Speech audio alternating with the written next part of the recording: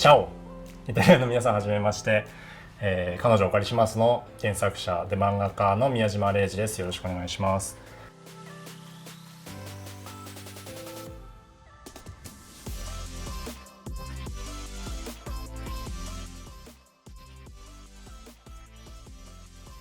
意外とあれ質問受けたことあんまりないんですけどね。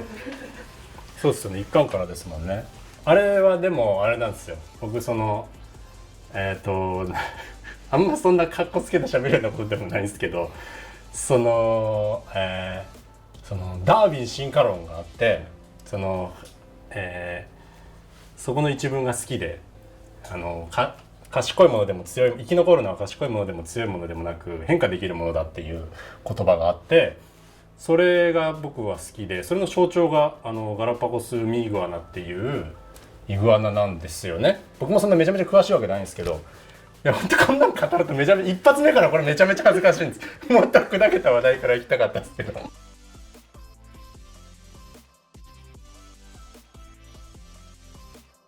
理想的なタイプは理想的なタイプでもそれぞれをやっぱり結構理想を込めてるというか、別々の違った角度の理想を入れてると思うので、なんか個人が、極端にその特別理想っていう感じでもないんですけどっていう感じですかね。やっぱりこう、水原はレンタルしてみてすごいプロフェッショナルにやってくれそうな気がするので、漫画に活かせそうだなと思いますね。結局取材能みたいになっちゃいますけど。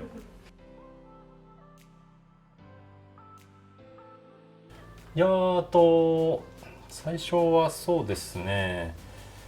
まあそこまで長くなる予定は全然なかったですかね。結構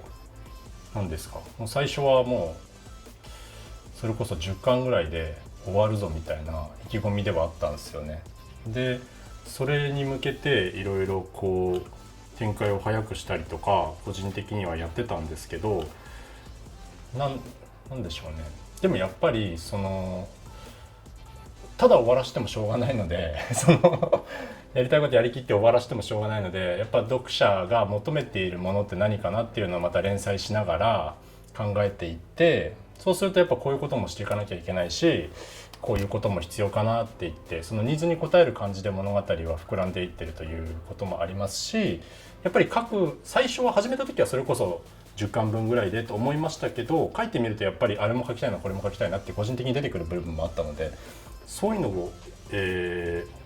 こういろいろ紡いでいくと結果的に結構長くなってきてはいるかなという感じですかね。はい、全体で最終回はなんとなく決まってはいるんですけど、全部で何巻とかは正直全然決めてなくて、まあなるようにしかならんなという感じですかね。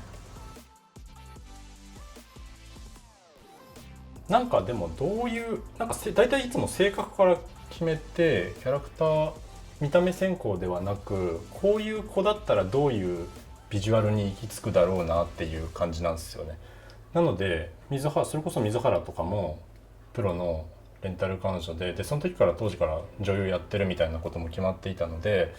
そういう意味でどういう見た目に自分が多分自分でプロデュースしてると思うんですよね。どういう見た目になるべきかっていうことを考えて自分でキャラデザというかデザインしてってると思うんで、それを考えることでおのずとっていう感じですかね。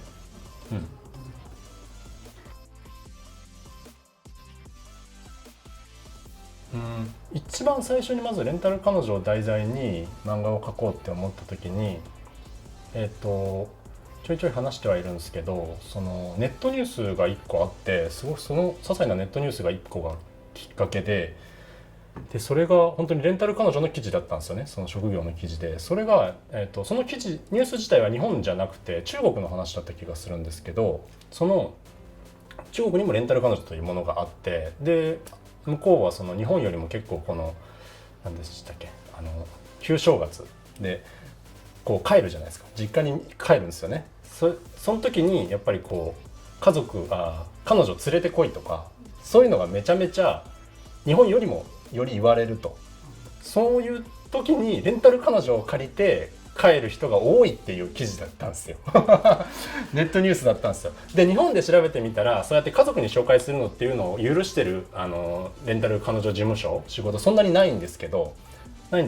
の中国のやつはそういうニュースが出てて僕は実際それ見に行ったわけじゃないので分かんないですけど実際そういうのがあるんだっていうニュースが出ててこの人物像はすごい面白いなと思ったんですよね。そのニュースに対してこの借りて帰っちゃうっていうどうすんだよっていうその後その場しのぎなんだけどでもなんていうか悪意はないじゃないですか。なんか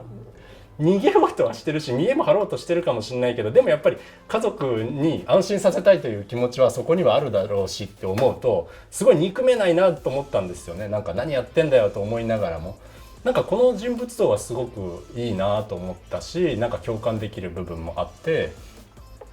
そういうところから始まってますかね。はい。いやどうだろうな。モデルっていうと難しいですけどなかなかあそこまで極端な人って現在いなくなってきてるなという気もしますしそういう意味で言うとピンポイントで誰かっていうことはないんですけど少なからず自分の子供に自分の家業を継いでほしいとかその家をなんていうんですかね守ってほしいみたいなことは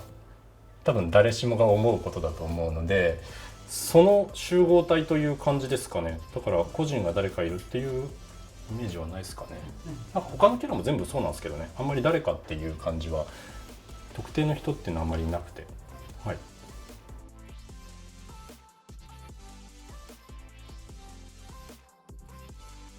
うん全然あると思います。やっぱり何でもかんでも自分の思い通りには動いてくれなくてで自分が目指しているシーンとかっていうのはやっぱどうしてもあるんですよね。一番最初からこういうシーンが描きたいとかこれは絶対面白いっていうのはイメージとしてあってそこにその書き手としては向かいたいじゃないですか。そこに一直線で基本的には向かいたいと思うんですけど向かえるものならばでもどうしてもこっちが書きたいこう動いてほしいという時に動いてくれなかったりすることがあるんですよね。そんなこと私できないって水原が言ったりとかそんなことは俺しないよって和也が言ったりとかするんですよね。そうなってくるとそれを無理やり動かしちゃうと結局キャラがなくなっちゃってキャラが死んでっちゃう感じになっていくのでそういう時は無理には、そっちには進まずにキャラの行きたいように行かせるというか向かってる場所はあるんですけどどうやったらそいつならそこに行ってくれるかっていうことを考えるんですよね。っていうことで一直線じゃなくてキャラに振り回されるように僕も蛇行しながらそれでも目的地に進んでるみたいな感覚で書いてるっていう意味では僕も振り回されっぱなしというかはいそうですね。全然思いもよらない行動ばっかりっていう感じはしますかね。そうですね結構やってます。何でもかんでも僕やるタイプになっちゃってるんですけどそれもさっきの話じゃなんかくしくもつながっちゃいましたけど変化できるみたいなところでやっぱ何でもかんでもやっといて現代のものはいろいろ知っておきたいですしそうやって今の人たちの感性にできるだけ合わせたいので流行ってるものは全部触れてそこで起きてるドラマとか SNS でもドラマ起きてるはずですしっていうのはできるだけ作品に入れてった方が今の子たちも共感できるだろうし現代的にも深み出るかなと思っていろいろ挑戦はしてますかね。まあキャラクター漫画の中でのファッションは僕は別におしゃれしようと全然思わないんですけど普段からこの感じでずっとやってんすけどでもキャラクターに関してはやっぱりキャラがどうしても出ちゃうのでやっぱりレンタル彼女でありプロの彼女をやってるんで現代的でみんなが可愛いと思うような、服というのを選ぶだろうなと思いますしだからそれにやっぱりそれもキャラに引っ張られるように勉強しないといけないなって思っていろいろ本を見たりとかネットで調べたりとかいろいろしながらやってますかね。もともとはアナログで彼女お借りしますから完全にフルデジになってるっていう感じですかね。この作品からなんですよねデジタルにしたのが。そうですだからそういう意味ではちょっと遅いぐらいだとは思いますかね。でその前まではアナログで始まっちゃってたので、最後まで結局フルアナログで AKB49 という連載を終えて、その後に「もののて」っていうちょっと時代劇っぽいのをやってるんで、いかんせん時代劇だったんでちょっとアナログの方がいいかなと思ってアナログで原稿を書いてたっていうのがあって、で彼女お借りします始める時にデジタルにしましたかね。やっぱちょっと画風、まあ書き方だと思いますけど、結構、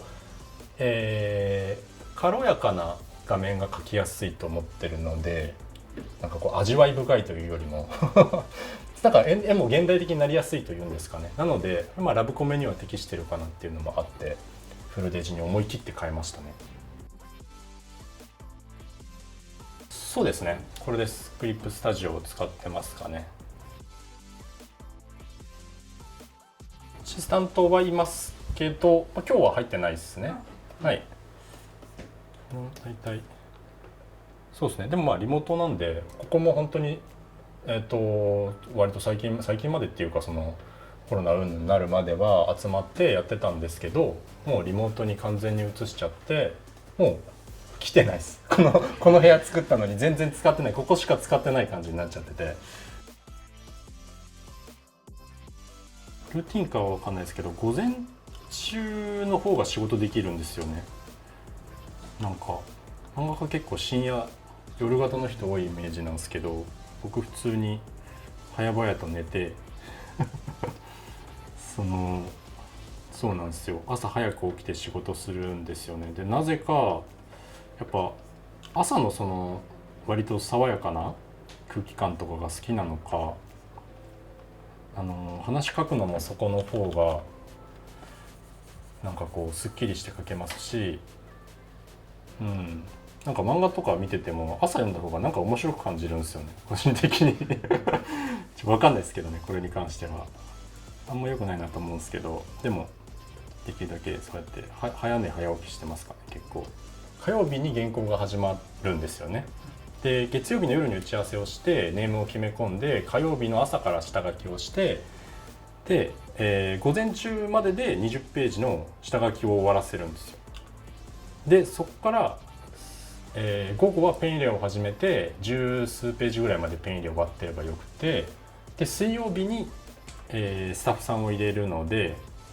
そこで背景とか全部込みで終わらすっていう感じですかね。下書きの日って言ったんですけど、まあ本当面白くなるんであれば全然雑になってもいいから、ネームを重要視するというか、表情へのこだわりであったりとかセリフへのこだわりの方を重要視して、最悪絵は汚くなってもいいと思ってんですよ極端なことを言えば。それでも喋ってることが面白かったりとか、表情が的確であるっていうことの方が大事だっていうのを心がけてやってて、なのでもう火曜日は最後のネームの日だと思って、綺麗に下書きを入れる日ではなくて、雑でもいいから面白い漫画を描く日でいう風に一応決めて火曜日はやってるっていうのと、でペンがそれも火曜はだから火曜日の午後から一応ペンは始まりますけど、そのペンが本番だから、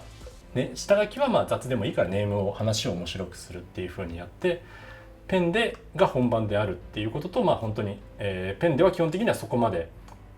悪の強い書き方はせずに明るく分かりやすくするっていうのを基本的にはこだわろうとしてますかね。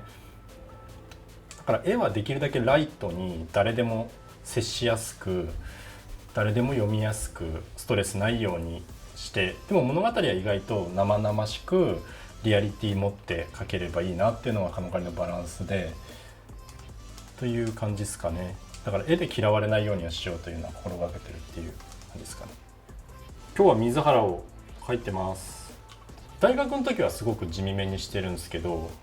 結構オフな状態のシーンも最近はめちゃめちゃ増えてきてるので、まあ、そんなには分かんない。どっちも好きですかね。大学の地味の服装は極端に地味にしてるので、描くの難しい。そのバリエーションそんなにないので逆に黒いカーディガンとか普通に白いシャツとかそれぐらいしかないので、書くの難しいなとは思ってますかね。それでいうと普通にレンタル彼女の時の方が書いてては楽しいさはあるかもしれないです。ないやつなんですよね。普段からこのチョンってやつが編み込んでチョンってやつが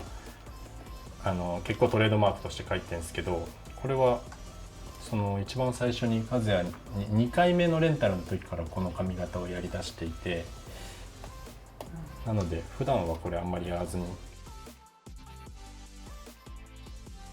この後もぐいぐいと活躍していきますかね。まだ本当に彼女もなんとなく触りのキャラクターだけしか描かれていないから、彼女が今後どういう風な、シチュエーションでどういう風に行動を起こしていく人なのかとか、そういうことも含めて、ルカに関しては楽しみにしてもらえばいいと思いますし、さらなるね新キャラもまだまだこの後出てくるので、その辺もお楽しみにという感じですかね。じゃあ人気キャラクターがこの後出てくるのでピザ見ていいですかピザ難しいですね、書くのやっぱりこれ。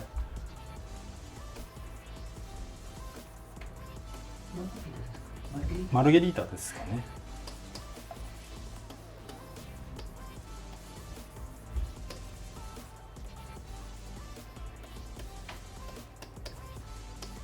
そんなんじゃないって言われちゃいそうなんでピザちゃんと書かないと本場の方に怒られたら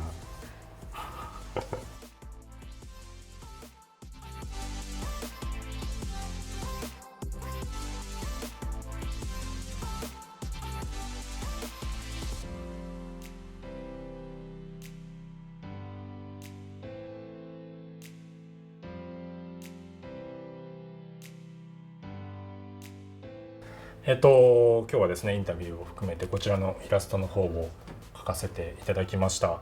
漫画の方も、現在4巻まで出ているということなので、そちらの方もお楽しみいただきつつ、今後も続巻がどんどんと出る予定で、今日本では22巻で今度23巻が発売というところまであるので、そちらの方もぜひお楽しみにしていただきつつ、アニメの方もイタリアの方での視聴できるらしいので、はい、ぜひぜひ皆さんそちらも触れつつ、アニメ2期も決まっているのでぜひ楽しみにしてください。本編の方も、これからも楽しんでいただけるように頑張って書きますので、今後とも応援よろしくお願いいたします。